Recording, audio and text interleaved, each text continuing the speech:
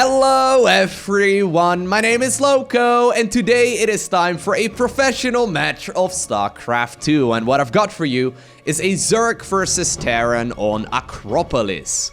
Spawning here in the northwest corner, playing with the red Zerg drones. From South Korea, we're looking inside of the main of Solar. His opponent in the opposite corner with the blue Terran SCVs, also from South Korea, we have none other than Cure. Alrighty, so here we go. This should be an awesome match of top-level Zerg versus Terran. Here's the thing.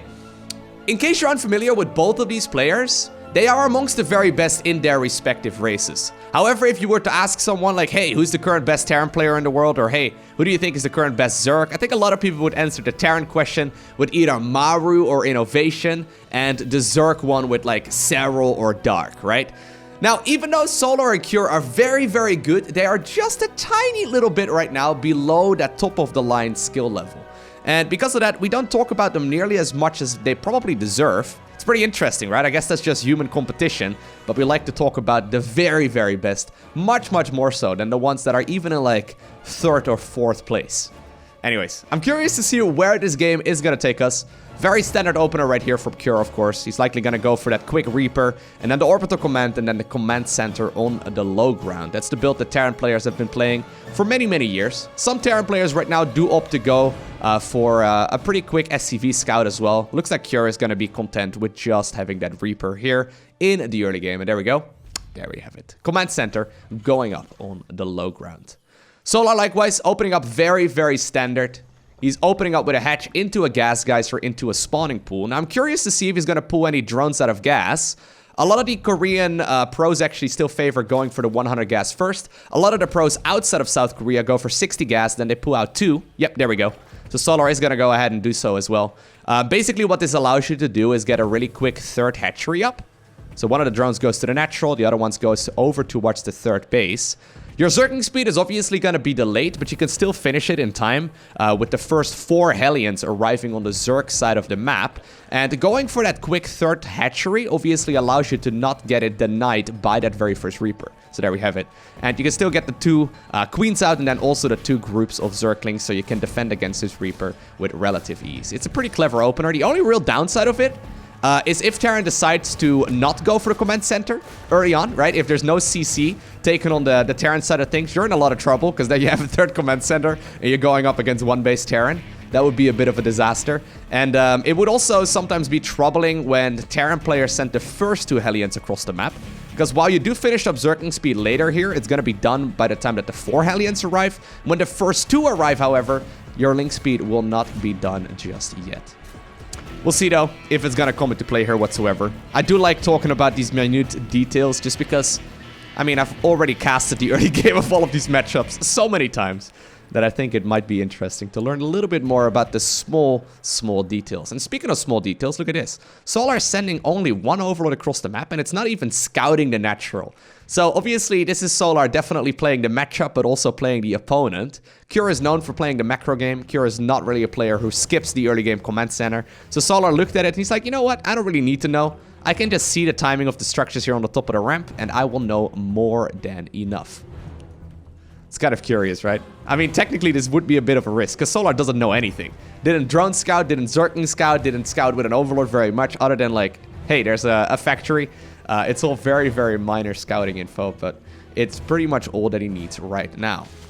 So link speed is going to finish up here in just a couple seconds. There are Zerglings available right now. Bailing Nest coming up here at the 4-minute mark, and here are the first Hellions. Now, the Queens are actually out of position. A couple of the Zerglings actually, ooh, take a massive hit. That's actually a bit of a disaster right now.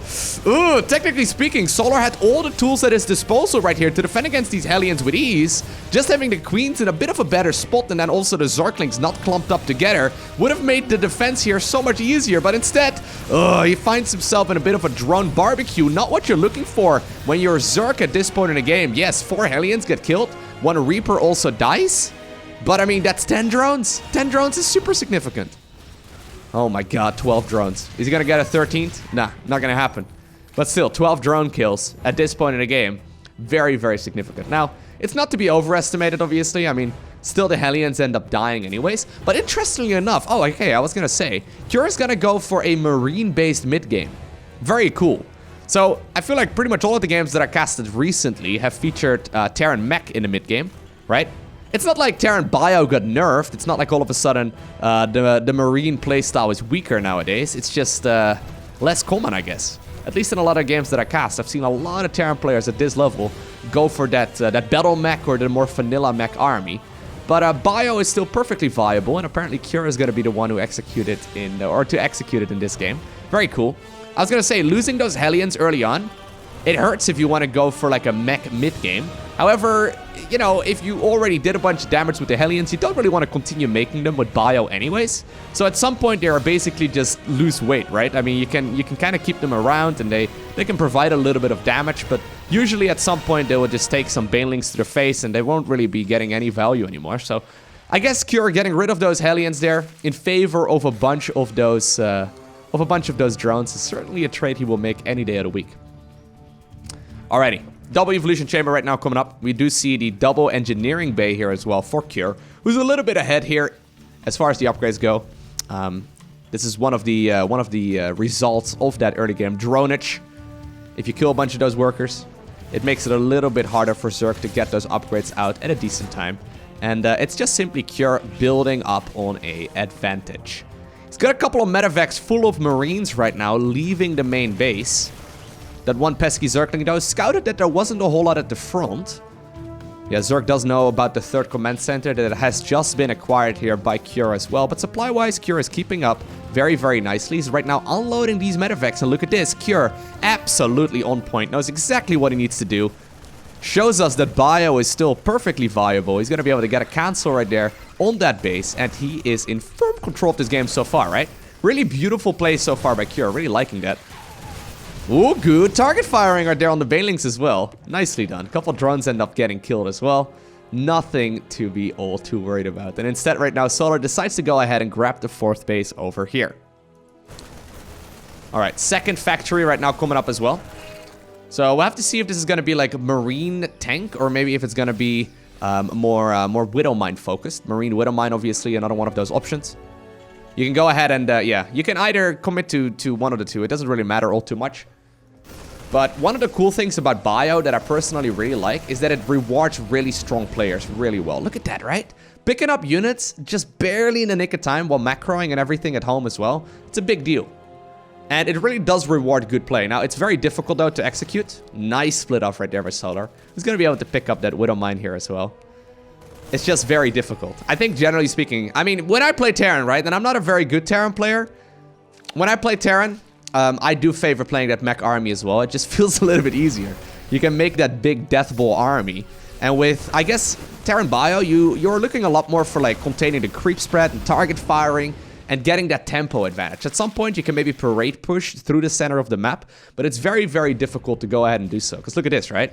Solar has got a couple of queens dedicated to the spreading a creep. So yes, I mean, Cure just ended up killing about, I think, 3 or 4 tumors over here, but it's going to be like a dozen more where they came from, right?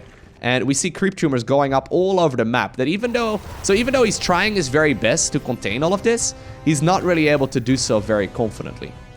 Fourth command center going up. We see that +2/+2 upgrades right now being acquired as well. Drilling claws coming up here too for Cure. So he is really looking to lay down the law with just Marines and that really biological-based army composition. Maybe he's going to mix in some Marauders in just a little bit as well. Once again, good target firing right here and picks up just barely in the nick of time. This is super hard, okay? I don't know how many of you've played Terran, but like, just picking up units right before they are about to die, it's actually really tricky. It looks easy, but it's really not. Well, I think that these Zerglings will be deflected as well. And so far, Solar has not really been able to get anything done in this game. He's going up towards a hive right now. I don't see a Spire anywhere. So I think, considering he's going double melee upgrades as well, right? Or melee and carapace upgrades. I think he's probably looking to go ahead and go for Ultralisks. I mean, you could go Viper as well, but Viper is not very common. And wow, look at that. Cure made a mistake. Can't believe it. No, but seriously, like, I think he's gonna go for Ultralisks. Ultra's very uncommon, obviously, against mech. We don't see them in Zerg vs. Protoss either. Now, this is nice. Cheeky little Spore Crawler placement. Reminds me of the turret rings around mains in TVT, but also in StarCraft 1, Terran vs. Zerg. Anyways, I think he's gonna go for Ultras, because they are pretty good against just Marine-based compositions. If you're focused just on Marines, especially with Widow Mines, you don't really have anything to properly deal with Ultralisks. So we'll see what Solar decides to go for here, but I don't think it's a bad idea. The thing is, though, Cure has been building up that economy for quite some time already. He's sitting right now on 4th command center, right? He's got that planetary fortress finishing up right now. He's gonna unlock additional gas. By the way, Ultralisk Cavern is coming up. 1 Viper as well. Very conventional there. However, Terran right now has basically all the resources to go up to 3-3. And once that is done, you can essentially go for whatever you like, right? You can go for Ghosts, you can go for Liberators, you can go for tons of nukes. You can go for a big variety of units at that point. And I feel like once Terran reaches 3-3 upgrades, that's really where that cost efficiency of the Marine-based composition becomes pretty apparent. I mean, already, obviously, he's been getting some very, very valuable traits. But especially once 3-3 is done, which is going to finish significantly before that of the Zerg. He should have a really good set of timings here to go for. Whew. 1 Widow Mine right there. 22 kills. Nicely done. Continues clearing out the creep here in the center of the map. I like this though, right? So, how many people do you think would have tried to push that advantage after killing like 12 drones early on? Like 10 minutes ago, right? Okay, maybe not 10 minutes ago. Maybe 5 minutes ago. I think a lot of people would try to go all in. But Cure, he's playing with the mantra of when I'm ahead, I'm going to try and get more ahead. And obviously that's a risk, but it is technically also the safest way of playing. Because while you might not be able to close out the game, you can continue building up your own influence on the map and just building up that command center count really nicely if you play it out in a macro-focused way. It's tricky. It's very difficult because you give Zerg a lot more wiggle room. But I love the way that Cure is playing this so far. Snipes the drone as well. Even though the medevac doesn't have a lot of hit points, there's not a lot of units here that shoot up. And I guess that's all he really needs to know right now as well, though, right? I mean, he hasn't seen any Hydras, he hasn't seen any Mutas, so I think that Cure should probably know that he needs to get worried about Ultras. That's the one thing I'm looking at right here that could definitely be a disaster for Cure. Has he scanned the main? No, he doesn't know. So he has no idea about the Spire and then also the Ultralisk Cavern. Ultras absolutely slice and dice through this army composition really nicely. Now, I do see a couple of those Marauders mixed in here as well. We do see the advanced ballistics upgrade for Cure as well, which is Liberator ranged. You do need a fusion core for that. No battle cruisers, not yet anyways. I would like to see them, but I don't think so. It's probably just going to be Liberators. Liberators are the late game unit for Terran. You kind of do need to get a whole bunch of them in the late game, but it's a very difficult balance. Right now, he's also going ahead and grabbing a bunch of those Ghost Academies. So this is not just one Ghost Academy, this is 3 of them. Okay, I did the counting. I know, crazy. I passed elementary school. That's certainly something that could result in a lot of nukes. I do like this. Anyway, there's the Ultra. Oh my god, look at the Ultra! Dude, I've been having some weird bugs in my game lately. This is something I had, I think, in like Heart of the Swarm once upon a time in a video as well. It's like an Ultralisk on roller skates. Looks like a couple drones end up dying, but I mean, I just care about the skating Ultralisk right now. Who cares about drones? You can replace those without any issues. This is like a bug that I've had once before. I sometimes don't have units with a death animation. I've tried reinstalling the game. I've reset a lot of my settings. For some reason, still finding some of these bugs. Not entirely sure why that is. Might be time to reinstall Windows, though, and just simply go with a full clean installation, because this is a little bit awkward. Anyways, the Skating Ultra, trying its very best to deal some damage as well. Not really connecting just yet. It's getting the Anabolic Synthesis upgrade here, which is a movement speed improvement off of Creep. So the Ultras are going to be quite a bit quicker. Oh, dude, this looks so fun. Look at that Ultralisk! That is the dumbest thing I've ever seen. Oh my god, look at it! It's got little wings right now as well, right? So this is just something that appears in replays. It never appears in games. I mean, I'm obviously casting this from a replay. And sometimes, for some reason, some of the animations don't seem to work in my replays. Be it a death animation or apparently in case of the Ultra right here, just like any animation, really. oh, big army right here, though, in the center of the map. Corruptors right now joining the fray as one. It looks like Solar has managed to break out. He's trying to go after the command center right here on the right-hand side of the map as well. There's so many other CCs, though, right? Even though the command center falls, I mean, Cure can easily replace that with another one. He's immediately going to end up replenishing some of his economy that he just lost with a bunch of mules. And that's like the end-all, be-all composition of Terran. If you manage to get yourself a kill on a command center, I mean, it's not that big of a deal because they can go ahead and replace that economy with mules anyway. All right, big group of those banelings, though, in the center of the map. We see a lot of ghosts. Are there any nukes? I don't think we've seen any nukes go off, right? No, no, no. There's one nuke right now on that unit tab. So Cure is going to be able to deploy it here if he wants to. He's making ghosts. So the end game composition, right, for Terran versus Zerg is usually a combination of bio units with Widow Mines and then ghosts and liberators. They're phenomenal. You can use the ghosts and liberators obviously really, really well to try and get rid of these ultralisks. Now, good micros so far. We do see a parasitic bomb right now on a couple of these liberators. So, yeah, technically speaking, maybe the ultras could continue fighting, but the majority of the damage was already dealt. Those snipes from the ghost on the big, juicy ultras did a lot of damage. And even though they're... they're on roller skates, okay? I don't know what's going on with them. It looks so weird. If you have any suggestions, I'm open to them, but... yeah, I've reinstalled the game. Gotten rid of all my ini files. I went back down to scratch. Reinstalled the whole game. For some reason. Still having these weird bugs. I seem to be the only one, though. I thought maybe it had to do with, like, the most recent patch when they added Statman to the game, but... I guess that's not the case. Oh my god, dude. Did we see a nuke? Did we see a nuke? I think we may have seen a nuke. Did we see it? No, we didn't. Oh, wait. There's actually 4 of these Ghost Academies. I was gonna say. That would be a little bit sad otherwise. Oh, a couple of Zerglings trying their very best to get at least some work in here. Not gonna happen just yet. And I think that this will be easily defended, although the Widow Mine almost ended up killing some of the friendly SCVs. It's almost like we're going split map right now, right? I've not seen a split map scenario on Acropolis just yet. If you draw like a diagonal line, say from like right here all the way to the bottom. Oh, there we go, by the way. A ghost has deployed a nuke. Apparently, it's going to be in the center of the map. Ooh, a lucky one. Cure is just simply trying to get a good connection. This is a risk, actually. Ooh, the red dot right there is found. And that is, like, we need to start categorizing these nukes, okay? These are what I like to call lucky nukes, right? These are like roulette nukes. Let's call them roulette nukes. Where you're literally trying to just simply get a good connection. This right here would be an eco nuke, right? Where you're trying to snipe the economy of your opponent. So we have the roulette nuke and we have the eco nuke, right? And then over here, we have another eco nuke, but this one is a little bit of a cheeky one, because generally speaking, these eco nukes are utilized to go on the outer bases, right? Generally speaking, you wouldn't expect them on a relatively old base. There we go, 11 drones end up going down. At the same time, the Marine Army has moved its way towards the bottom left-hand corner. Really wonderful player by Cure, by the way. I mean, he got rid of a couple of his nukes, but he's going to be able to replace them. They're relatively cheap. Once again, another one of those cheeky nukes. Okay, so we have the roulette nuke, the eco nuke, and then the cheeky nuke, okay? The cheeky nuke can be an eco nuke. However, generally speaking, it's going to be on a base where Zerg isn't paying attention. I mean, Solar desperately looking around trying to figure out if there's any nuke spots that he can find. But so far, man, Cure has been in control of this game. Once again, another cheeky nuke. It's the same ghost right here. It's got 42 freaking kills. My god. That man has to be promoted to general real soon. Does take a couple nukes to kill a hatchery. Not the most cost-efficient way of doing it, but there you go. A little bit more damage is done as well.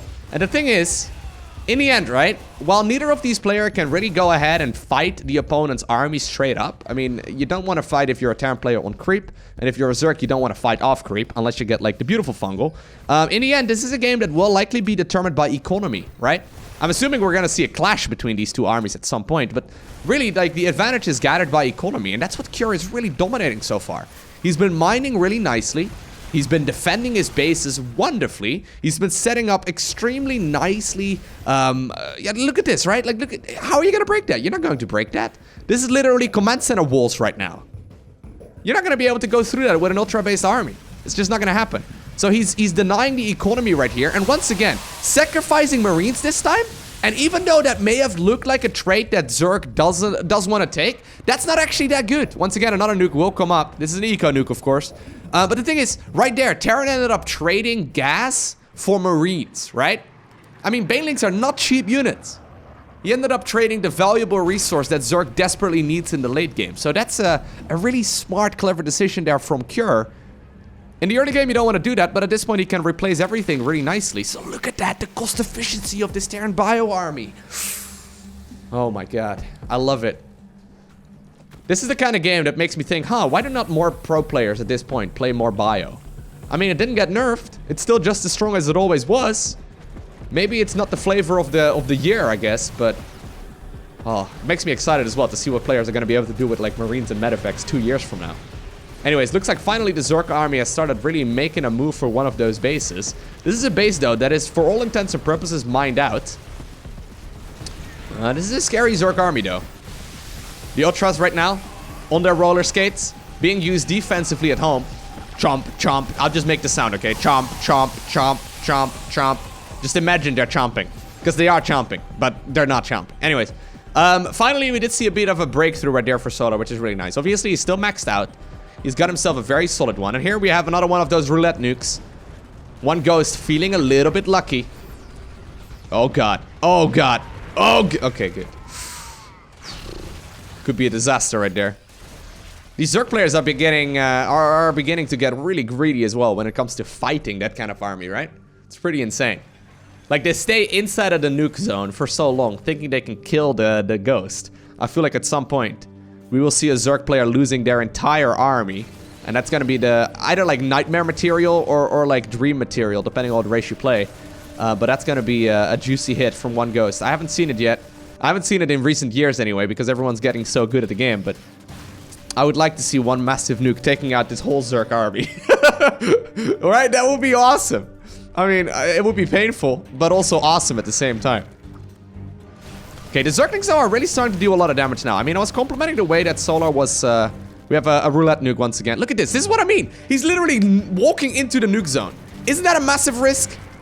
Don't do that on your own ladder games, guys. Please don't. Oh, God, these overlords. Luckily, Nemetis Carapace here is done for Solar, who's now, by the way, going for Infestors, although I think a couple of them will likely get killed. Okay, no, they won't. They're safer in their cocoon than they are outside of it. Ghost right there also ends up getting picked up. And you know what? Eventually, Solar right here, he has been able to hold on, and more importantly, he's been able to build up his dream unit composition. Now we're seeing an army that is based around Infestors, Corruptors, and Brute Lords. Now that is a dream unit composition if I've ever seen one, okay? I think there's maybe one Viper somewhere as well. Yeah, there's one Viper in the mix. That is a really beautiful unit composition here for Zerg. He's still got the Lynx, he's still got the Ultras. They seem to be primarily used right now for harassment purposes. And then also maybe for, you know, defending drops and whatnot. But this maxed out Zerg army is a scary one. Not really an army that you can easily deal with if you're Terran. It takes one fungal growth, right? On one of these groups of Vikings, and that's it. It's really easy to do. However, Cure, once again, manages to make his way towards the bottom left-hand corner of the map, and he snipes his base. For what? Like the 4th or the 5th time? Like, remember when his first 2 Medivacs moved out? That's when he killed this base for the first time. He killed it a lot. Really scary moves here by Cure, who's just simply denying the economy here from Solar, and he's trading really efficiently. So, I mean, I'm looking at this, right? And this looks like a winning game for Cure. I mean, yes, by no means is Solar, you know, in a bad spot. He still has a massive army, and a really scary one at that as well. It's just that Cure has been mining a lot more than his opponent, and he's been trading more efficiently than his opponent, right? Which eventually, in the grand scheme of things, once Zerg starts running low on minerals in the bases, should result in a much bigger Terran army as well. Anyways, we'll see where this is gonna go. +3/+3 air upgrades here for Solar. Whew, the double Spire buddies. There you go. Mrs. and Mr. Spider. Or Mr. and Mrs. Spider. Or Spider? Yeah, Lowko. Sure. Go ahead, Lowko. You get what I was trying to say. Anyways. Right now, Solar is looking for the fungal. Cure is looking for the engagement. Who's gonna get greedy first? We won't know, because once again, there's a Terran army moving towards the bottom left-hand corner. There's an eco nuke going up right here in the top side of the map as well. Looks like that time the hatchery though lives, but this one, I think that's the end of this one. I mean, there you go. Bit of an anticlimactic commentary right there. Nuke though does go off, and that's a lot of damage, man. That nuke apparently had another one, or that Ghost rather had another nuke in his back pocket. At the very least, the frequencies to call up one more. I think this time it will probably get killed. But the damage here has been pretty insane. Solar's been sitting out with his maxed out army for a while, right? Unsure as to what to do. Cure doesn't really want to fight in an offensive spot, so he's just slowly expanding onwards. I love this. So cool. Hey, by the way, we have arrived at a moment in the game as well where neither player is really making any additional workers. So it's only 30 SCVs right now versus 39 drones. That's not a lot. Ooh, this is a big engagement though. Look at that clump of Vikings, man. Ooh, fungal. Getting only a single one. But that arc of Vikings right there, that certainly is pretty insane. I guess we have a Viking concave, right? I mean, as we learned from all the games of Zerg versus Zerg, the concave pretty much always beats the convex. Just because it's apparently a superior geometrical shape. No, but seriously, like the surface area is just much larger, right? And then just fungaling an army that is that spread out is super difficult.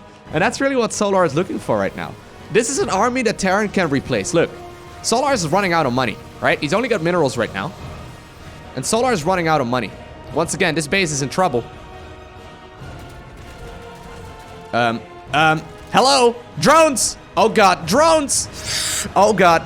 Oh my god. Only 13 of these drones remain right now in total. That's 29 kills. Eventually, the ghost dies with it as well. But he went down with the ship though, right? That was 100% a trade he would like to take. Once again, a roulette nuke right here from Cure. He's gonna try his very best. Maybe get one juicy hit off on that army. You know, making all us, or making all of us really excited. But look, okay. So, Cure's whole strategy, this whole game, right?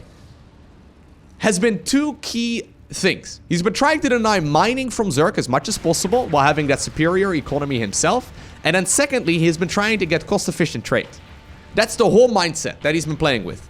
And eventually, right now, 26 minutes into the game, we have arrived at a point where Cure's advantage is starting to become pretty obvious. Once again, though, with one bad engagement, this could certainly still be the Zerg's game. But with how conservatively Terran has been playing this so far, I think it's becoming very difficult to go ahead and do so. Now, that was nice. Good parasitic bombs right here. A couple of Vikings do get picked off. That makes it easier for those Brute Lords to engage forward. Still, Cure has always had a small amount of his supply caught up in Marines, Marauders, and Medevacs, and he's harassing those mining bases of the Swarm. And speaking of mining bases, I mean, I guess this is really the final one right now. There's not that much anymore. Cure, however, is able to replenish this army, whereas Zerg is not. So as long as Cure trades one-on-one right now in resources, he's gonna come out significantly ahead. Look at the spread right here on those Vikings though, right? Trying to set up that big concave. Planetary Fortress does end up falling, but look at that. The Swarm is in a lot of trouble. Infested Terrans right now being utilized. We see the Vikings just simply picking up whatever they can. Infested Terrans, though, are really, really good. And there we go. Big fungal growths going off on all of this army as well. At the same time, in the center of the map, the Marines and Marauders are still going to town. And Cure, I mean, just look at the supply counts, right? He's able to replenish his army, whereas Solar is not. I hope you enjoyed watching this video. If you did, make sure you hit that like button down below. And if you want to see more, make sure you hit that subscribe button so you get notifications as soon as I upload more. A special shout out to the Patreon supporters. Thank you guys very much for your generosity. I appreciate it. But for now, I want to thank you for watching. Have an amazing day. Do not forget to smile, alright? And I'll see you once again tomorrow for another video.